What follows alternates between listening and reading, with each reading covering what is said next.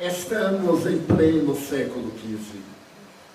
A humanidade, estertora, deve iniciar-se o renascimento. As artes, a beleza, a glória, aparece através dos mais notáveis fenômenos da pintura universal. Leonardo da Vinci é glorificado em Milão. E ao mesmo tempo que esse ser espiritual, grandioso, irá produzir as duas maiores composições mundiais, uma na arte religiosa, a outra na arte lírica, a humanidade observa que naquela Milão, que ele tanto contribuiu para abrir canais durante o período do Duque Ludovico Sforza, é convidado para poder dar beleza a uma igreja recém-construída, Santa Maria della Grazia. Ela tem um refeitório monumental, uma parede imensa, e o Duque de Ludovico pensa em fazer uma pintura que se torne imortal naquela sala de refeições. E convida Leonardo da Vinci para que apresente a bela cena da Santa Ceia. Esta Santa Ceia, a gesso, será uma das obras maiores da humanidade em todos os tempos, no seu gênero.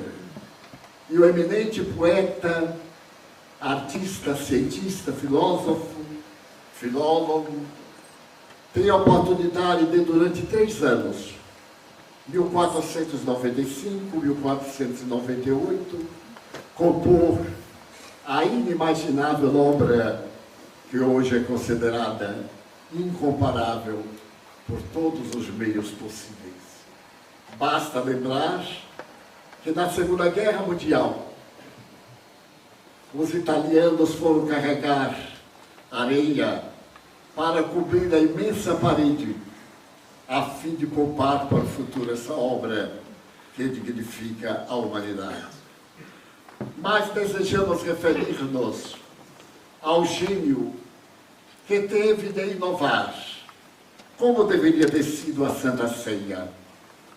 A figura de Jesus. Ele começou a compor a cena monumental, a face de cada um dos apóstolos. Mas como seria o rosto daquele homem que era doce como favo de mel, rígido como a barra de metal e nobre como a natureza? Então ele começou a procurar um rosto que servisse de modelo para apresentar Jesus naquela despedida antes da traição de Judas e o Calvário. Esteve nos seminários, nos colégios, concluiu uma parte e outra, mas nenhum rosto possuía a pulcritude, a beleza, a serenidade do que ele imaginava ter sido a face de Jesus.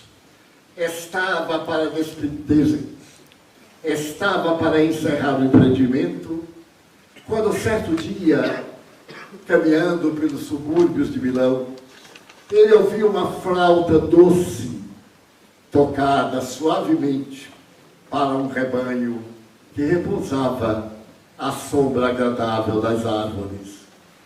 Ele foi atraído pela melodia simples, tão simples como o sopro, e percebeu um jovem de aproximadamente 25 anos, cujo semblante era a face de Jesus.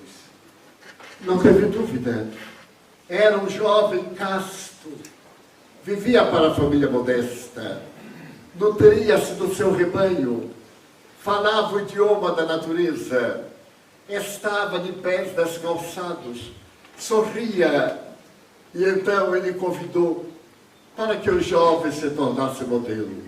E disse-lhe que ele concederia uma importância tão alta que ele não necessitaria de trabalhar pelo resto da sua vida. O jovem falou que tinha uma mãe viúva e que era para ela que ele vivia. Leonardo foi ter com a veneranda senhora e convidou-a para que, através de um contrato firmado diante do senhor Duque, que era Duque de Milão, ele pudesse servir, dar o seu rosto a uma figura imortal.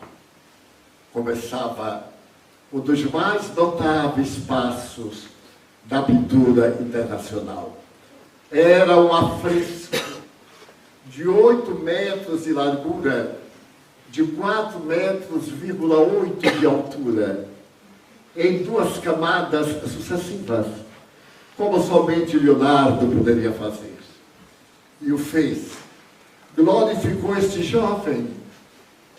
E a tela, que é o mural, permaneceu agora com a beleza original depois de reparada depois da Segunda Guerra Mundial. Passaram os anos e os sacerdotes resolveram fazer uma outra pintura na parte final da sala, porém, que estivesse à altura de competir com aquela extraordinária Santa Ceia. E Leonardo já tinha o rosto de Jesus, porque a tela seria o beijo de Judas. Mas faltava a face de Judas, uma face obscena, vulgar, traidora, um perfil degradante, um homem apaixonado. E ele começou a procurar o modelo. Esteve na penitenciária, visitou as prisões, os bordéis, os gúrigos, mas não encontrava alguém que tivesse as características do traidor. Foi então que ele resolveu desistir, quando, em um cárcere, casualmente, passando por uma cela, ele sentiu o exsudar de um horror que vinha de dentro daquela jaula férrea, mais escura, com um clarão que entrava pelo quadrângulo da janela. Parou, olhou entre as grades da porta, era Judas. Aquele rosto inquieto, a face da marca, da face dolorida, a inquietação. Então ele pediu ao diretor que lhe permitisse retratar aquele bandido em uma obra que deveria estar quase na condição da Santa Ceia. O diretor conseguiu, com uma condição. Aquele Facínora era tão perigoso que teria de ser retratado ali mesmo na cela, algemado, porque poderia matar, poderia ter um surto e estrangular qualquer vida que dele se acercasse. Leonardo aceitou, explicou ao homem que ia fazer dele o rosto de Judas, e o homem gargalhou alucinado. A expressão dos olhos caracterizava de uma forma definitiva a tragédia do cotidiano humano. E ele levou o material para a cela. O homem ficou na sombra da janela, em que se podia ver de quando em quando brilhar a sua face marcada pelo ódio, pelo ressentimento contra a sociedade, pelo desencanto. Primeiro dia, primeira semana. Na segunda semana, ele percebeu que aquele homem já não era o mesmo. O brilho dos olhos havia mudado. A ferocidade havia desaparecido. E ele perguntou, mas eu o contratei para me apresentar a face de Judas, e você está diferente. O que se passa? É tão difícil, Senhor. É tão difícil. Jesus a Judas. Não me reconhece? Eu sou Jesus. Aquele jovem que tadia ovelhas, que soprava uma flauta de bambu, que tocava os corações. O Senhor me contratou para ser o rosto de Jesus. e deu-me uma fortuna que eu nunca imaginei. Moedas de ouro numa sacola de veludo. E então eu fui levado para aqui e para ali. O prazer, a angústia do prazer, a felicidade do gozo, o meretrício. E apaixonei-me por mulheres as mais degradadas. Fui orientado por homens depravados. Estive do cárcere e odiei a humanidade. Fui dilapidado. Tive que matar para salvar as minhas últimas moedas. Tive que matar. Então, ao recordar-me agora do rosto de Jesus, eu não poderei pousar mais.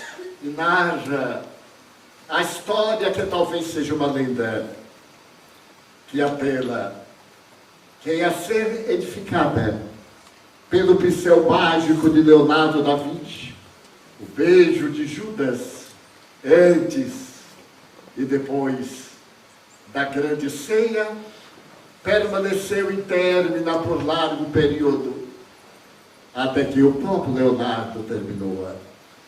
E jamais esqueceu que a face humana nem sempre representa a realidade do ser interior. Que nós não somos aquilo que apresentamos. E nestes dias tumultuosos que vivemos, semelhantes àqueles de alguma forma, em que a tecnologia de ponta nos leva à inteligência artificial, e o ser humano consegue viajar em astronaves na direção de outros sistemas solares, a decadência moral da criatura humana é ainda equivalente àquele século em que começa o Renascimento. Aquele fim do século XV, de beleza em todos os setores da arte, vai abrir espaço para logo mais, através de personalidades filosóficas, a criatura humana afastar-se de Deus. Será o primeiro grito do século XVII, quando se estabelece que Deus é uma ficção fantasiosa da imaginação do homem, da mulher, da criatura humana. E as criaturas passam a buscar no prazer, atender aos instintos, às paixões, às necessidades imediatas, de que pensa construir na sua vida o edifício de uma plenitude mentirosa. A história vai cada vez complicando-se. E a criatura humana, na horizontal da inteligência, gera a tecnologia. A tecnologia cria a cibernética. A cibernética desdobra-se em várias ciências, mas o coração, onde repousam as leis morais, que são a grande vertical da direção de Deus, parece atormentado pelas paixões do sexo e desalinho, das alegrias não necessariamente atendidas, na busca de algo que jamais poderemos ter, que é a plenitude da vida material. Pensando naqueles e nos nossos dias, eu me permito dar um salto quântico na literatura, especialmente na literatura médica, para falar que esses são os dias terríveis da depressão, do transtorno do pânico, das angústias do sentimento, da perda de objetivo da vida. As vidas são vazias, perdemos um objetivo existencial, que é viver com alegria. A biologia demonstra, através da organização fisiológica do ser humano, que rir é a arte da felicidade. Mas o ser moderno deixou de rir para apresentar esgares, nos quais tenta ocultar a máscara de Judas, no rosto que deveria ser de Jesus. Pelas necessidades falsas de que tem sido vítima, nesse galopar das sensações humanas, E nesse lento afastamento da ética, da ciência do serviço, do direito da vida e da busca da plenitude da criatura humana. Então vamos recorrer a Hipócrates, o pai da medicina. 400 anos antes de Jesus, o eminente grego estabelecia que o sentido da vida é o trabalho de edificação. Mas logo depois dele, 400 anos, alguém dizia que a vida tem que ter um objetivo. Vidas vazias são vidas mortas.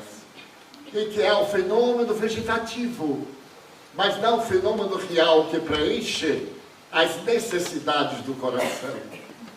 E esse homem, ao cantar a melodia das bem-aventuranças, estabeleceu a filosofia e a sinfonia inacabada do amor como sendo o único objetivo para uma vida feliz. E proclamou a necessidade de amar com todas as veras do coração. E através dos milênios que se sucederam, corrompemos o amor e o transformamos numa necessidade nem sequer reprodutiva, mas do desvario de atuais 60 manifestações de sexo atormentado, para poder tranquilizar as necessidades de um coração sofrido pela solidão. Permita-me usar a palavra soledad, a palavra espanhola, aquela solidão a sós, não esta solidão. Estamos aqui a sós no meio da multidão, cada um de nós em seu mundo, em seu universo, com as suas aspirações, com a busca do impossível, em uma tentativa de realização que parece fugir a cada momento das nossas mãos. Mas qual o sentido desse acontecimento a que nos referimos? A depressão. A palavra depressão tem origem no latim deprimere, que significa puxar para baixo. E o deprimere é derivado de uma outra palavra usada pelos gregos, que fazia parte do período em que o pai da medicina estabelecia como fundamental para a vida ser útil, demonstrar os seus valores internos através de realizações externas. E a melancolia traduzia esse estado mórbido da fuga da realidade para os objetivos não objetivados da realidade do ser. Melancolia, eis como os gregos denominavam aquilo que os ingleses vieram a construir com a palavra depression, há aproximadamente 200 anos, quando a melancolia foi substituída pela depressão. Temos todo o historial de mudanças genéticas, a hereditariedade, mesológicas, o meio ambiente, sociológicas, as aspirações psicológicas. Aquele ego que Carl Gustav Jung tem a oportunidade de definir como sendo a decadência da realidade do self. Jesus também aborda essa questão na sua condição de terapeuta. É necessário amar de tal forma, nas palavras de Madre Teresa de Calcutá, que chegue a doer. Amar, até doer, mas não amar desejando apenas fluir, gozar, desfrutar. O prazer de repartir luz é o sentimento grandioso, a única terapêutica psicológica e psiquiátrica para a tragédia da depressão. Os estudiosos contemporâneos asseveram que existem no mundo na atualidade 400 milhões de depressivos. E aqueles que não são depressivos têm um pouquinho de paciência, vão ficar. É questão de tempo.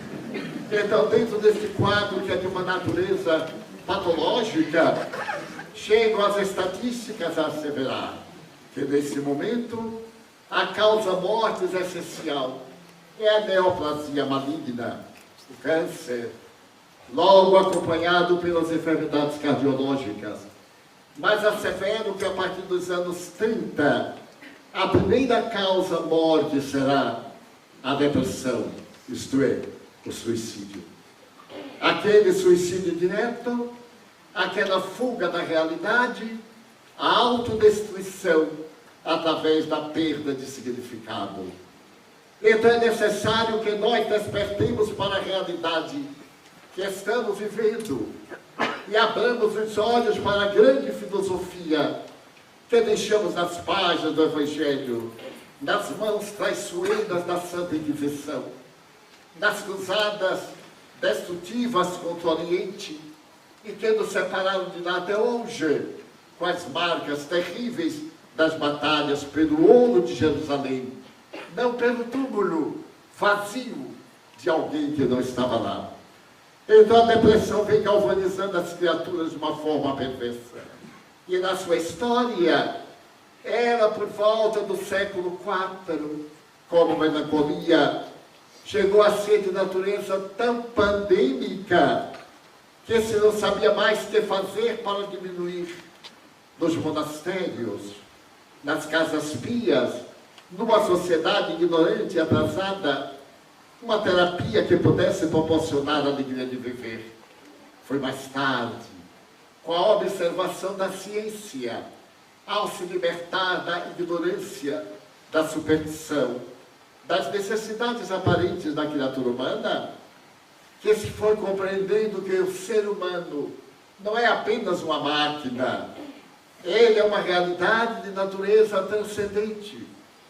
E essa tarefa veio caber ao insigne Hippolyte Lyon de Desarrivaio, Allan Kardec, a partir de 18 de abril de 1857, quando apresentou em Paris, em Palais Royal, na Galeria d'Anjou, o livro notável dos Espíritos.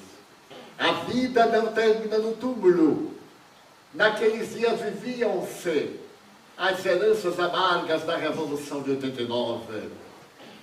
No dia 2 de outubro de 1792, Pierre Gaspard Chaumette chegou à Catedral de Notre-Dame e para aproximadamente 15 mil pessoas disse: Deus morreu. Ele estava vinculado ao pensamento de Nietzsche, a morte de Deus. A França não necessita de Deus. A França sabe pensar. E Deus é a antítese. Então nosso Deus agora se chama a razão. E o simulacro de procissão saiu da parte terminal de Notre-Dame, carregando uma jovem bailarina do Teatro da Ópera, de nome Candide, vestida à Babilônia, na representação de Adeus à razão. A partir daí, o pensamento enlouqueceu.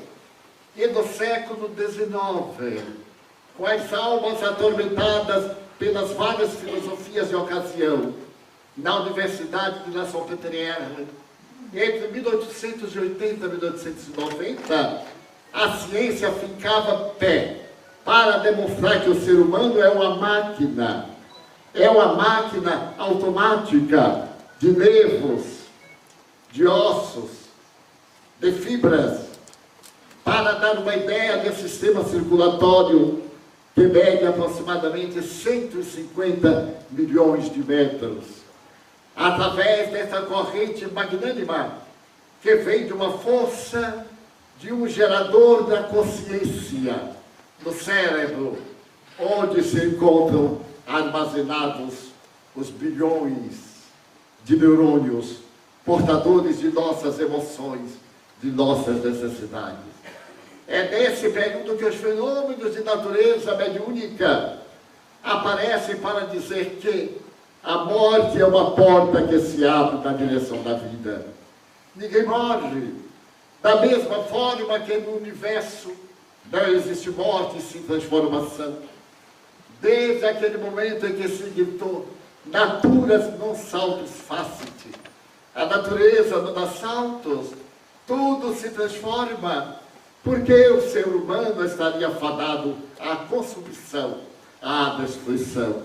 Por volta de 1889, o professor Pierre Janet iria apresentar uma obra dizendo que os fenômenos mediúnicos apresentados pelo Espiritismo pelo egrégio codificador Allan Kardec, nada mais eram do que personificações parasitárias, perturbadoras, que se multiplicavam nos indivíduos vitimados pela histeropatia, pelos fenômenos nervosos. E coube a essa mesma ciência, através do eminente Charles Richer, o pai da fisiologia humana, prêmio Nobel de Fisiologia e considerado o maior sábio da França do século XIX, dizer que durante 40 anos, estudando esses fenômenos, confirmava: a vida continua. Mas o que é fascinante nesse vida continuar é o sentido que dá à própria vida. Ninguém tem o direito de aniquilá-la, porque ninguém tem o direito de produzi-la. A mente pode fazer o computador, mas o computador apenas imita a mente na inteligência artificial. E então a depressão veio como fenômeno natural, a consequência das paixões não satisfeitas, de necessidades trabalhadas pelos veículos de comunicação, não necessidades reais, a ambição de ter $1 milhão.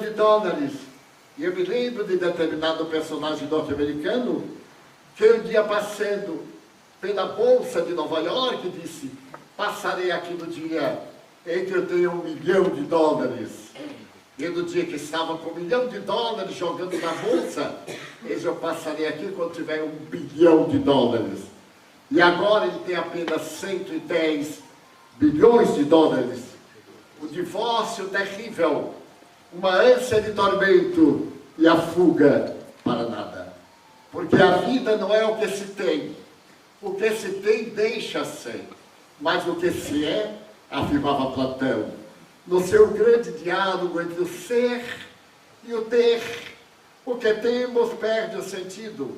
O que somos permanece indestrutível.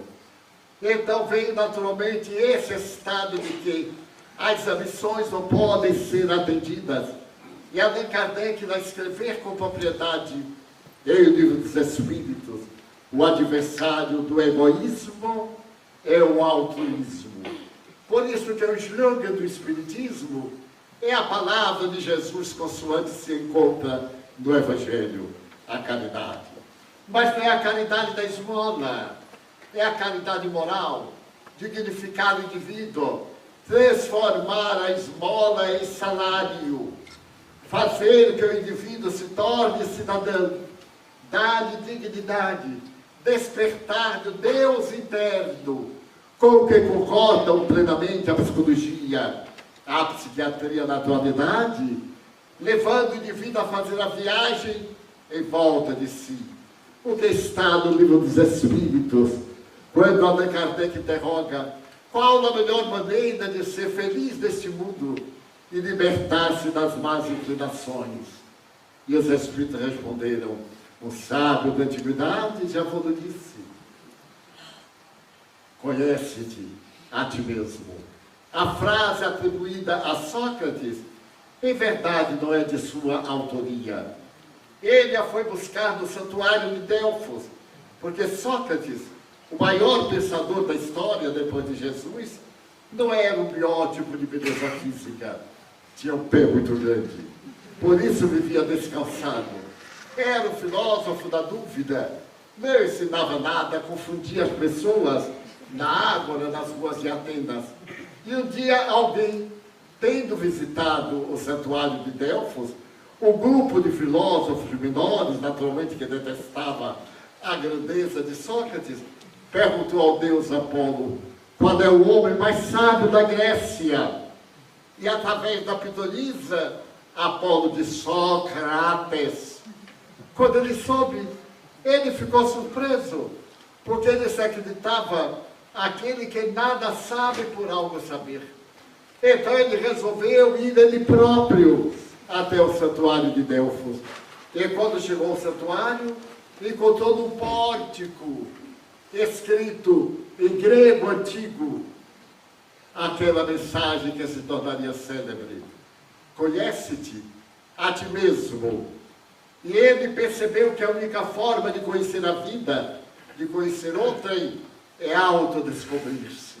A grande proposta das terapêuticas contemporâneas. A criatura não é o que aparece, o que demonstra. É esse abismo que vai convidado a descobrir-se na sua intimidade mais profunda, na grandeza do seu coração apaixonado. Então, estamos diante de uma incógnita. Ser ou ter? A maioria de nós deseja ter gozo, ter prazer, ter alegrias, ter coisas. Mas então, vale a pena recordar que o maior conquistador do mundo, Alexandre o Grande, quando foi ser sepultado, ele estabeleceu alguns itens para o seu sepultamento. A mão deveria ficar do lado de fora do caixão. Os médicos deveriam carregar o seu caixão. E ir atrás dele, do féretro, alguém jogando as suas joias, seu poder, seu dinheiro. E perguntaram por que essa exigência. Eles, primeiro, porque os médicos não impedem a vida. Tornam a vida mais digna de ser vivida. Mas ninguém pode impedir a morte. Depois, a mão vazia. Ninguém nada leva. E depois, tudo que se tem, se deixa. E se volta tão nu, tão despido, conforme se chegou à indumentária carnal. Então, conhece-te a ti mesmo, passou a ser a nota predominante dos nossos dias, através da restauração do Evangelho de nosso Senhor Jesus Cristo. E a depressão passou a ceder lugar à esperança de melhores momentos, à ansiedade. Por que que nós estamos ansiosos que chegue amanhã? E quando chega amanhã, como disse muito bem o Dalai Lama, o que mais me impressiona na civilização europeia e mundial é que o indivíduo ontem está desejando que chegue amanhã. E quando chega amanhã, ele gasta tudo o que acumulou ontem. Não vive ontem e não vive hoje, porque perdeu ontem pensando no hoje. E hoje arrependido dos erros que cometeu ontem. Então veio uma doutrina luminosa, elaborada pelos próprios imortais. E Allan Kardec, fascinado pelo seu conteúdo, que da vida, porque é uma terapêutica extraordinária, interroga na questão 625 da obra citada, qual o ser mais perfeito que Deus ofereceu à humanidade para servir-lhe de modelo e guia? E os espíritos em coro responderam, Jesus. Porque somente Ele nos deu o exemplo da autossuperação. Vinde a mim, vós, que desejais o reino dos céus. Renunciai-vos a vós mesmos, ao ego. E vinde até mim, self, o grande arquétipo junguiano. E eu vos darei a plenitude que vos está reservada. Nesse ínterim, nós vemos o trabalho notável de Carl Gustavo Jung, a obra extraordinária de Viktor Frankl, as lições belíssimas dos pais da terapêutica antidepressiva da atualidade. Chico Xavier, o apóstolo da mediunidade, dizia que nós deveríamos olhar para a cama e para o divã somente quando estivermos cansados. E toda vez que estivermos cansados, muito cuidado, porque mente vazia, o diabo faz crochê na mente vazia. E então nós preenchemos a mente. E ele, quando tinha esses instantes de depressão, de angústia, os guias lhe diziam, vá visitar alguém que necessita muito mais. Você tem um problema no olho. É muito luxo ter 2 olhos, Chico Xavier. Quando você era igual ao grande médico terapeuta das cirurgias com objetos enferrujados, com asepsia, com anestesia de ordem vibratória, teve a ocasião de dizer a Chico, eu posso operar você agora, curar essa mazela. E o Chico disse, não faça isso comigo. Se eu ficar bom da vista, a doença vai aparecer de outro lugar. E aqui eu já estou acostumado. Para que ter uma dor nova? Nós andamos procurando saúde através das fantasias burlescas, através das superstições, através do exagero, olvidando de que nós somos aquilo que fizemos de nós mesmos. Porque existe no universo uma lei, que é a lei de causa e efeito. E é por isso a grandeza da doutrina espírita que trouxe Deus de volta. Porque o Deus a quem amávamos era um Deus de natureza antropológica. E Allan Kardec corrigiu esse erro da ética, da linguagem, quando todos perguntavam quem é Deus. E no verbete quem já está embutida a contração quem, homem, que homem é Deus. Allan Kardec então faz a pergunta correta: quem é Deus? Qu'est-ce que Dieu? E eles respondem: é a inteligência do universo, a causa cáusica de todas as coisas. Mas Kardec não se satisfaz com isso. E volta à baila: que prova se tem da existência de Deus? Em um axioma que aplicais às vossas ciências. Todo efeito provém de uma causa. Logo, todo efeito inteligente provém de uma causa inteligente. Aí nasce a lei da física, a lei de causa e efeito. Nós somos aquilo que fizemos de nós, porque esta energia cósmica, que mais tarde se transforma no primeiro gameta da intimidade das águas oceânicas, há aproximadamente 2 bilhões e 200 milhões de anos, ao chegar a esse momento do Homo tecnológicos, atravessou os vários períodos e agora aspira pelas realidades muito maiores. A nossa visão não é derrotista, pelo contrário, é uma análise do que podemos fazer a nosso benefício. Certo dia, em nossa casa, atendíamos a uma senhora e ela me dizia: venho dar-lhe meu último abraço. Amanhã eu vou suicidar-me. E ele perguntou: mas por quê? A senhora está tão bonita. Eu menti, porque mentir certas horas é caridade também.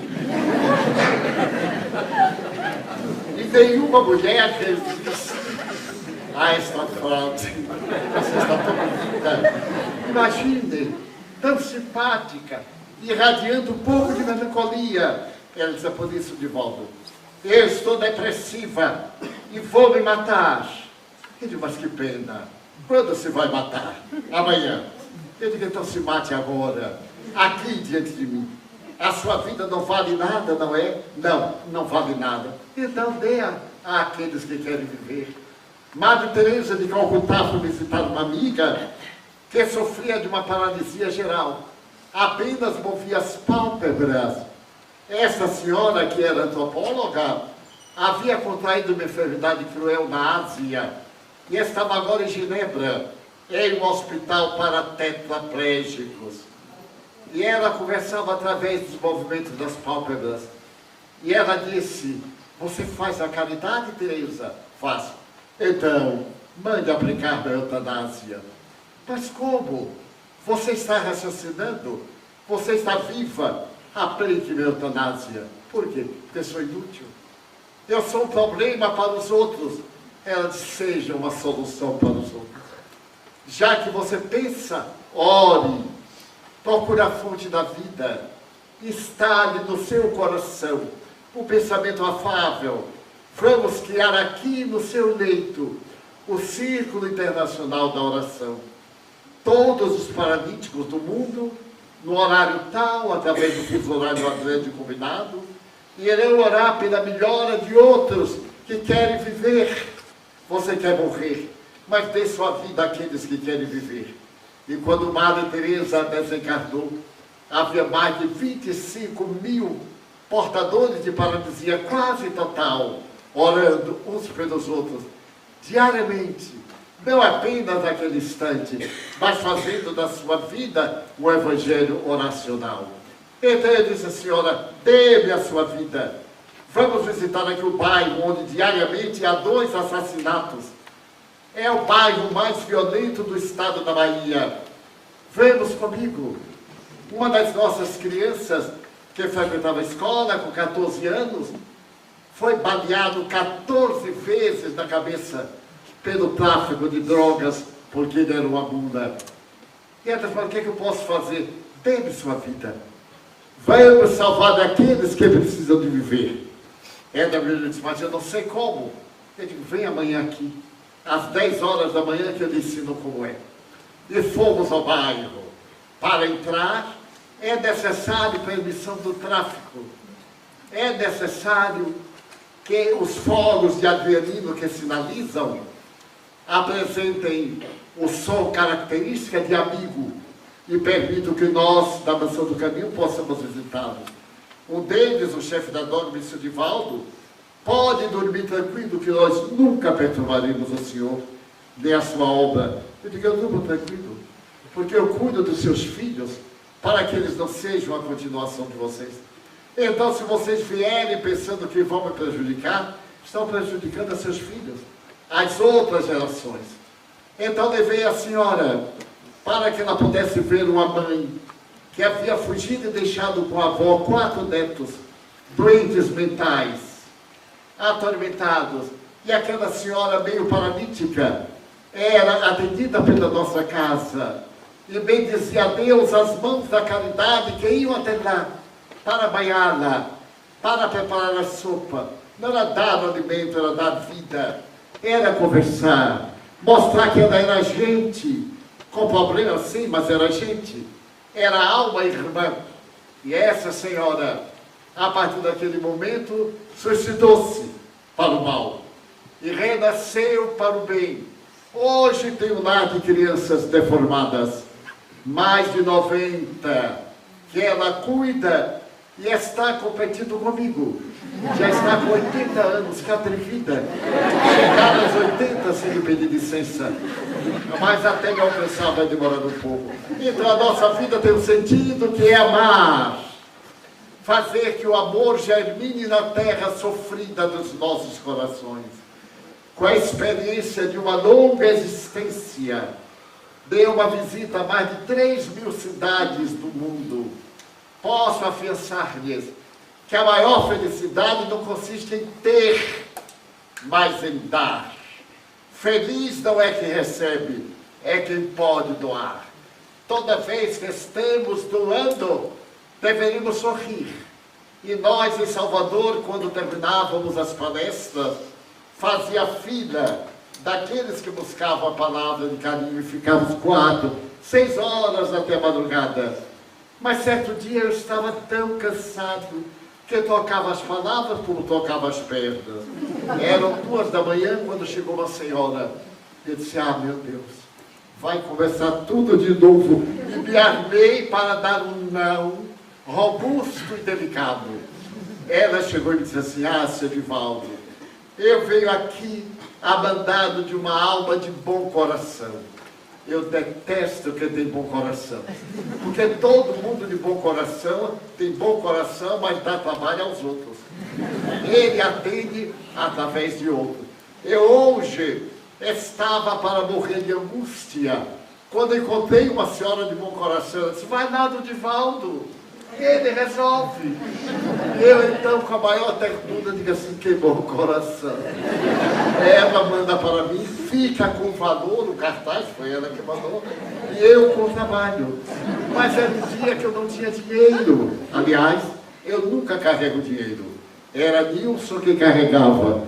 E quando eu estou com vida férias, já vi o que é que carrega. Então, ela disse assim, eu necessito da importância de X. Eu fiz uma análise do meu bolso, nem vendi da prestação, eu conseguiria suprir. Mas me lembrei de Nilson, eu também sou de bom coração, me lembrei de Nilson, chamei-o e perguntei se ele tinha importância. Claro que ele tinha. E eu dei a importância com tanta pena de mim. Meu Deus, a que situação eu cheguei. Para fazer a caridade, tenho que recorrer a alguém. E fiquei um pouco deprimido. Nesse momento apareceu a mentora espiritual, Joana de Ângeles, que é uma mentora que foi monja em várias reencarnações. E eu gostaria de dizer quem desejar ter um guia espiritual bom, não queira uma freira. Porque elas são terríveis. Ela não ri, ela dá aquele risozinho de freira. Eu não sei se é de alegria, se é de apoio. Ela pode dizer, meu filho, você está deprimido porque fez a caridade. Eu digo, não, senhora, porque eu também estava necessitado de caridade. Ela disse, não fique triste. Essa senhora necessita da ajuda. E ela orou a Deus pedindo uma solução. Até as 2 da tarde de hoje, já eram 2 e pouco da manhã, ela tem que solucionar o problema. E então ela pediu a Deus. E Deus encaminhou para Jesus, porque a terra é com Jesus Cristo. E aí Jesus disse, meu Deus, cidade do Salvador, a quem eu vou recorrer? A Santa Irmã Dulce, a fulano, estou com a telefone. Traz aí o livro do Reino dos Céus. Aí levaram o livro. Abre aí na cidade de Salvador. Vê os nomes que nós podemos confiar. Lá embaixo, na última linha, tinha seu nome assim, Divaldo Pereira Franco. Alegrai-vos, não por terdes a alegria, mas por saberdes que vosso livro, que vosso nome, está escrito no livro do Reino dos Céus. Então ela veio lhe pedir. Eu disse, minha irmã, mas eu mudei da hora, eu fiquei gentil. Minha irmã, não é possível. Tem meu nome no livro do Reino dos Céus? Eu disse, e vem gente aí, Divaldo, prepara, porque Jesus é farto em mandar os outros trabalharem. Nunca tive depressão. Não dá tempo. Quando a depressão vai tomando conta de mim, aí chega alguém pior do que eu. E eu digo assim, louvado seja Deus. Ainda é um luxo ter saúde. Então a depressão, o transtorno bipolar, essa tragédia me faz lembrar muito uma história de um grande psiquiatra americano, que além de ser um notável médico, era um depressivo crônico. Ele morava em Phoenix, no Arizona, e era mestre de alunos em pós-graduação. Certo dia, ele foi convidado para visitar uma senhora muito rica, de uma família milionária, que sofria de depressão, com uma condição. Ele não podia dizer à mulher que ele era médico, menos que era psiquiatra, e a sociedade não deveria saber, porque o nosso caso é a sociedade.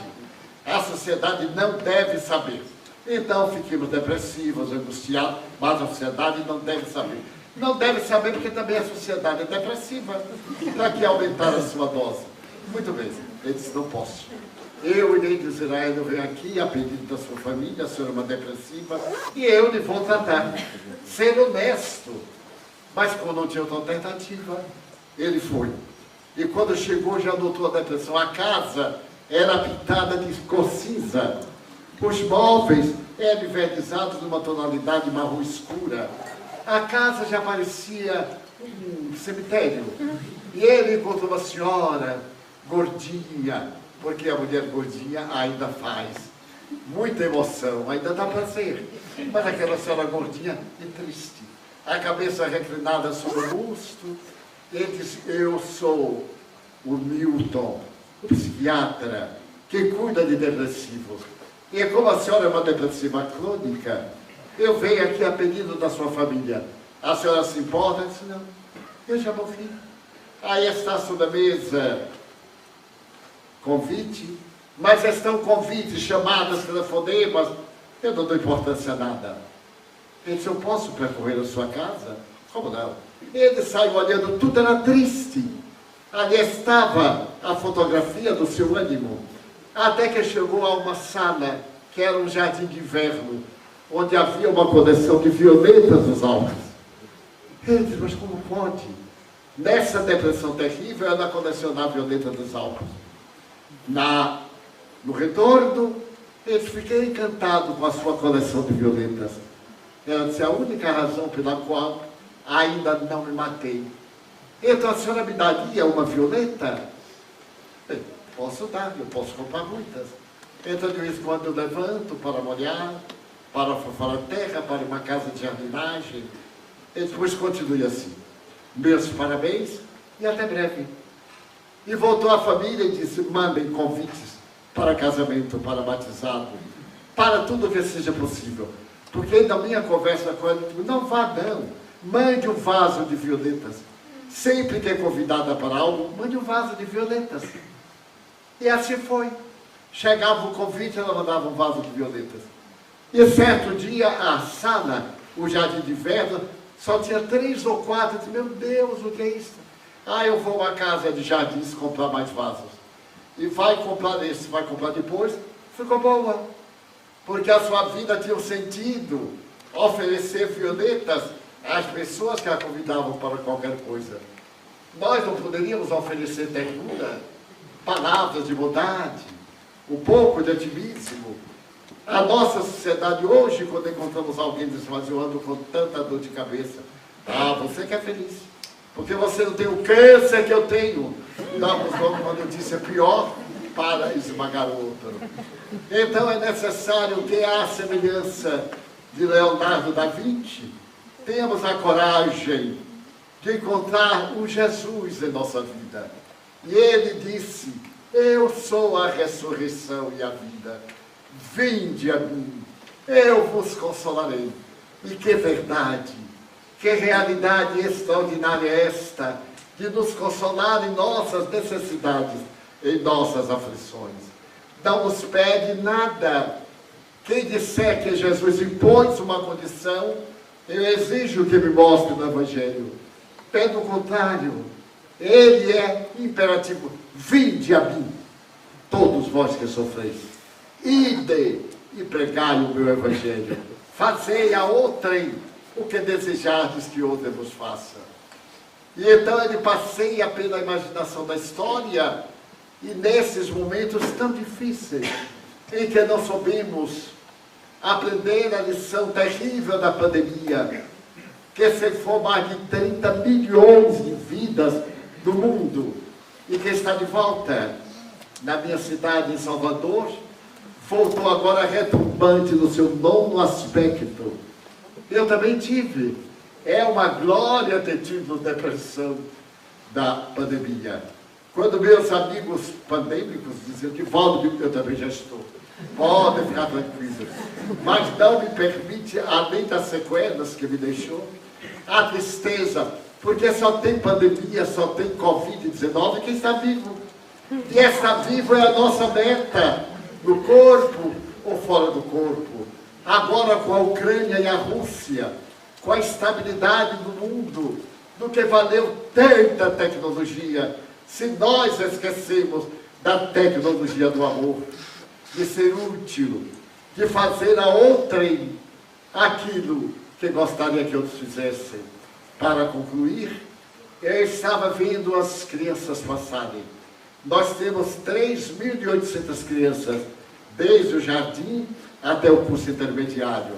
Mas temos também uma casa de parto natural, porque lá o parto é natural. O Brasil é o país que faz mais cirurgia de parto do mundo. Mas a nossa casa já fez mais de 6.000 cirurgias naturais, todas exitosas, sem óbito, quer do nascituro, quer da parturiente. E veio uma criancinha e me disse assim, você é que é o tio Divaldo? Eu disse, sou. Ele disse, você é que afundou a mansão do caminho. Isso ainda não. Pretendo não afundar. E se afundar, eu vou afundar com ela. Ele sorriu. A ditadura daquele menino negro e belo, ou preto e belo, como que é a crítica moderna. Então encheu a minha vida de sentido. E agora, quando a dor visita a terra, e eu retorno ao querido Portugal, naturalmente para um até breve da vida espiritual, levantei-me do leito e passo agora à Espanha para o Congresso Nacional e disse, não posso deixar. Foi Portugal, naquela noite inovitável, na casa de Arganil, na Rua da Fé, que eu tive a oportunidade de conhecer esta pátria do coração de Priscas Eras. E aqui voltar agora, quando a voz da imortalidade me convida para o retorno, para dizer, eu vos amo. E agradeço a Deus a felicidade de haver convivido aprendido convosco, de haver vivido horas inolvidáveis da solidariedade humana. Então, muito obrigado, Senhor, por tudo que me deste, pela roupa que me veste, pelo ar, pela paz, pela beleza que os meus olhos veem no altar da natureza, olhos que veem o céu, a terra e o mar, que acompanham a ave ligeira que voa fagueira pelo sergenil e se detém na terra verde salpicada de flores em tonalidades mil. Muito obrigado, Senhor.